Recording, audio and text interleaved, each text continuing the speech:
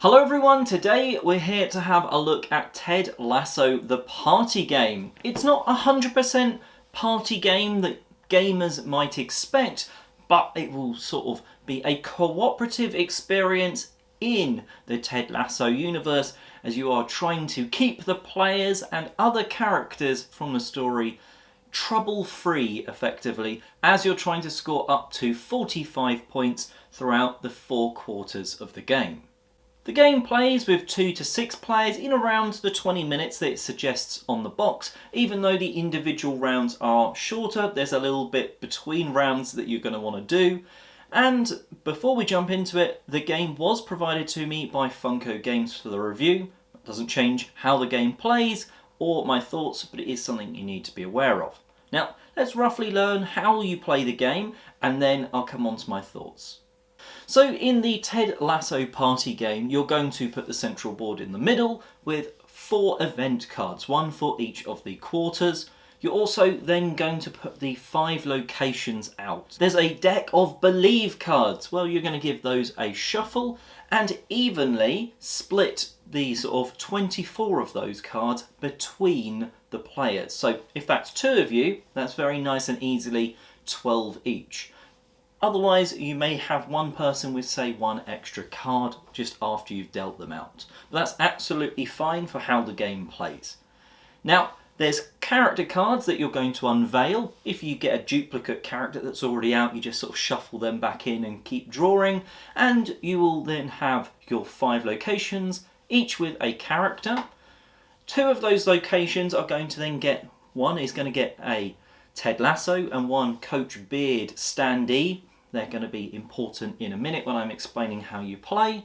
And last but not least, as you're unveiling those characters, they've got little trouble icons to tell you how many trouble tiles to add onto them at that location. So, for instance, someone might have 3, one person might have 1. You're going to take from the little biscuit box the trouble tokens, and you're going to add 3 to that character and 1 to that character. Then, after you've downloaded the free app, or you can just use a timer, you hit go, the 2 minutes are going, and you're going to look at your cards. On your turn, you choose 1 colour. So the cards are 5 different colours, but one of them is wild. So you're going to choose one of the colours and play all of your cards that you can. You're going to want to. The rest you'll just dump into a self-help box, and we'll come on to that in a minute. You are trying to play the cards to the different characters that are going to solve their troubles. So one might be needing, say, a yellow and a blue card. Well, you're placing yellow cards that time. You can only play a card to someone if they've got one of those 2 standees, so Ted or Coach Beard. If either of them are at that location, you can add one of those Believe cards, which is normally pretty good because you're trying to get rid of those trouble tiles. So maybe I play 2 yellows to this character because they're going to need that for their trouble tiles, and I play my 3rd and only other yellow, let's say in this example, to move, say, Coach Beard to a different location. Hopefully I've communicated with my team because they want me to move him over here so they can play some of their cards on their turn to that character at that location. You're going to be doing this really quite rapidly because that 2-minute timer is ticking down, and you're playing them. If you can't really use any, you're just going to dump them into that self-help box, and I'll come on to that at the end. And you're playing all of your cards, hopefully. When the timer goes, that's where you sort of take a breath. You've hopefully played all your cards, because if you haven't, then you're going to lose points. You can never go below 0, but you'll lose points if someone's still got Believes in their hand that they didn't give to the players. You go through each of the locations individually, and you pick up the pile of cards that have been played there, and you try and use them in the best combinations to get rid of as many of their trouble tokens there. If you manage it, that's going to get you points, either just direct points, or if it's a footballer, it's normally rolling the chunky football die to give points. Points mean prizes. You're trying to get to 45 before the end of the game to win. So that's how that happens. The self-help box that I sort of talked about a couple of times, If there's 5 cards or multiples of 5, you can discard 5 of them from there to remove a trouble tile from anyone. So that's pretty cool. You're going to then reset. If you've cleared someone off, a new character comes out of the deck and they get trouble tiles. But otherwise, it's normally trying to sort of do that cycle of, we're going to play a load of cards, get rid of a load of trouble, score someone, and then the next round someone new comes in. But maybe that person with half cleared their troubles last time, we're going to finish it off this round.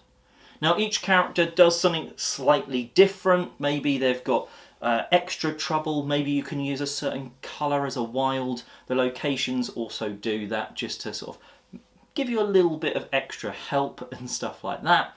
And then there's events. These events aren't normally very helpful. They're normally making it a little bit harder. Maybe you can't move Ted Lasso this round. You can only move Coach Beard. Well, that's a bit more limiting of where you can play cards, with one of those revealed at the start of each round. That's how you play. You do your 4 rounds of 2 minutes. On your turn, picking a colour of card, playing all of those cards from your hand to where people are, trying to solve their troubles, and well, hopefully trying to solve them enough that you get to 45 points by the end of the game. So that is pretty much how you play Ted Lasso the party game. The party game name I do think is going to trip some people up. Gamers are going to see that and think, oh, this is maybe not for me, it's for a party audience. And actually, it's more a fast, frantic co-op game. It's almost underselling itself in that. It's kind of reminiscent of a bit sort of games like, say, Fuse, where you are constantly trying to half communicate with your team, but trying to do something really quick on your turn while that timer is ticking down. And that 2 minutes, well, that goes past in a absolute flash as you are trying to play your cards. You can, each time, it's like, oh, we are very close to still having cards in our hand, but maybe you just get them down. Now, at 2 players, we did find that there was that bit more communication, we had more cards, so we didn't necessarily run out of time as much, but it's certainly something you can do as more players would get involved, just because there's a bit more going on around the table. As I hinted there, it's cooperative, and that communication is really important. You can definitely have it where, oh, I've got these cards left, oh, on my next turn I want someone over there, so I'm going to play that card and move Coach Beard over here, and someone else is like, no, I need them there, my turn's next, I'm going to be playing cards there, and you're like, oh dear, I've moved them, I've wasted maybe my card and a card from you as well. So while it's a 2 minute rush and a bit sort of that sort of franticness, you do need to take a step back and go, right, I'm going to be doing this, but how can I maybe line you up to do some good as well? Because you're not going to be able to win the game on your own unless you're playing solo. You really do need to communicate with the other players around the table. One thing with games like this is, how much does this feel like a Ted Lasso experience? Is this IP just on the box?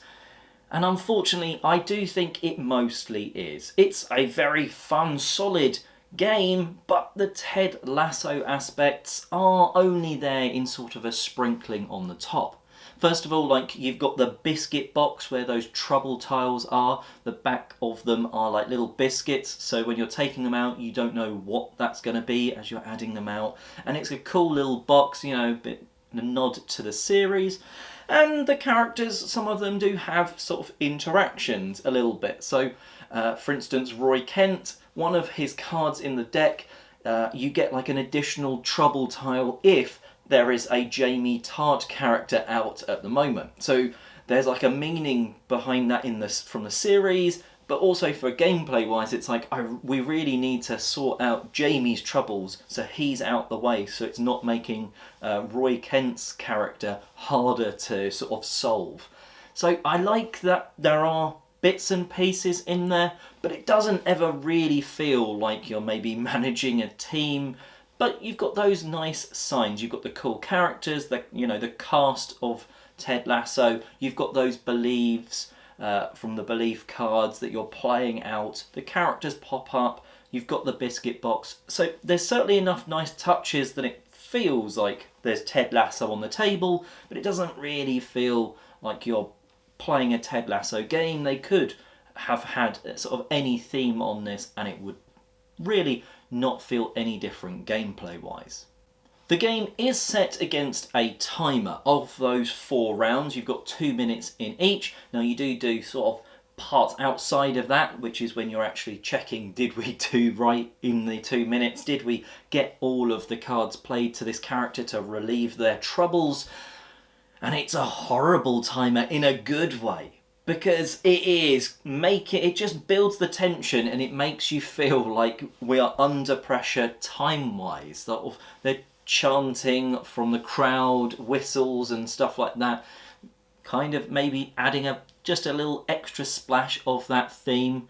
And I do find it just, when you've got that timer going, it feels in the app, it feels like there's a bit more tension than if you're just using a standard 2-minute stopwatch, for instance. There's just something about it, and you don't have to use it. It's completely up to you, and like I say, it's a free app, but it does certainly add a little bit to the experience, as does the football dice. Now, I looked at it and thought this is going to roll awfully, but actually it's quite satisfying to roll this big, chunky dice. And there's some fun and painful aspects to that dice. There's parts on it which you roll it and it's blank, you don't score any points. There's up to 4 points, I think, available on that dice. So there's a big swing there, a bit of luck that not everyone's going to like, but if you roll it enough, you'll get some points. There's also some of the number 1s are red, and it's like the exploding dice concept. If you roll that number 1, you score a point, and then you roll the dice again and score those points, and you can chain it together and score like 1, 1, 1. Now, there's not too many of those. It's a nice balance between, oh, I want this to happen, I really want it to happen, because then we'll score more points. But sometimes you'll roll just a normal number 1 and be like, we got 1 point, at least it's not nothing, but it didn't explode, it's not the red one that's on there. So, yeah, you've got the luck of rolling a dice for some of the points, but there's certainly a satisfaction to rolling that big dice and the sort of potential chance, that extra buzz of it exploding and allowing you to roll again for some more points. Each round you have that slightly different event, and they draw a little bit from maybe the theme, just to give a reason of maybe why Ted Lasso can't be moved on that round and stuff like that. Or one of them, which we found really punishing, it basically meant every footballer out got an extra trouble tile. We had loads of footballers at that moment, and it made that round super hard, and we literally only just won on that game because of it, almost, that event coming out. There's, I think, about 10 event cards in the game, and you're only using 4 in each, so it does mean that games are going to feel different. Last time we had it where neither of the coaches could move on different rounds. That didn't happen in this game. So you've just got that nice bit of variety out of that event deck, which I do appreciate. Each round, even though the deck is bigger, you are only using 24 cards. Now, this means that is despite the player count, right? So this means at 2 players, you're getting 12 cards each. At higher, you're maybe, say, only getting 6 cards each, or something like that. Now, at 2, it means you have more to do. And I don't just mean more to do in the round, even on individual turns. All of a sudden, maybe instead of only 1 red card in your hand, you've got 3 or 4. And that really does mean you can have what feels like a big, more important turn, as you're able to play a couple of cards there, maybe move a coach on, and then play one other card to someone else. It just feels like you're able to do more, and maybe communication is slightly less important when you're able to do that. If on your turn, instead at a higher player count, all you can do is maybe play 1 card, and then it's like, well, what do I do with this? You don't have that, well, I play 1 card, move here, play 2 cards here. You've got to talk to the other people. Like, right, I've played a card there. What do you want me to do? Where do I should I move them? Should I put it in that self-help box? That sort of thing. And I think there's an interesting difference in dynamic. I like it personally at that lower player count because it feels like I'm doing more on my turns. But for the fast, frantic, cooperative nature, when you've got more players, you do have to actually cooperate a bit more and communicate, like I've said. So, yeah, depending on what you're looking for, the different player counts, it could be quite different for you. So, overall, I think I've got the message that I don't think this is a party game. I wouldn't consider this a party game, but I would consider it a very solid cooperative game. If you're looking for one of those games where you're needing to cooperate, communicate fast, play things out against that timer, this is a solid one of those games. For me, it won't come off the shelf at every game night. It's not that sort of game for me. But with the right group, I can see myself having a lot of fun with this. And it doesn't necessarily matter if they are a Ted Lasso fan or not, but Ted Lasso fans are going to still see their favourite characters on the cards, and a few of those nice little Easter eggs like the biscuit box and stuff like that. So, hopefully this has helped you work out if Ted Lasso the party game is for you. Let me know what you think of it if you've played it in the comment section below. And until next time, well, have a fantastic day gaming and believe.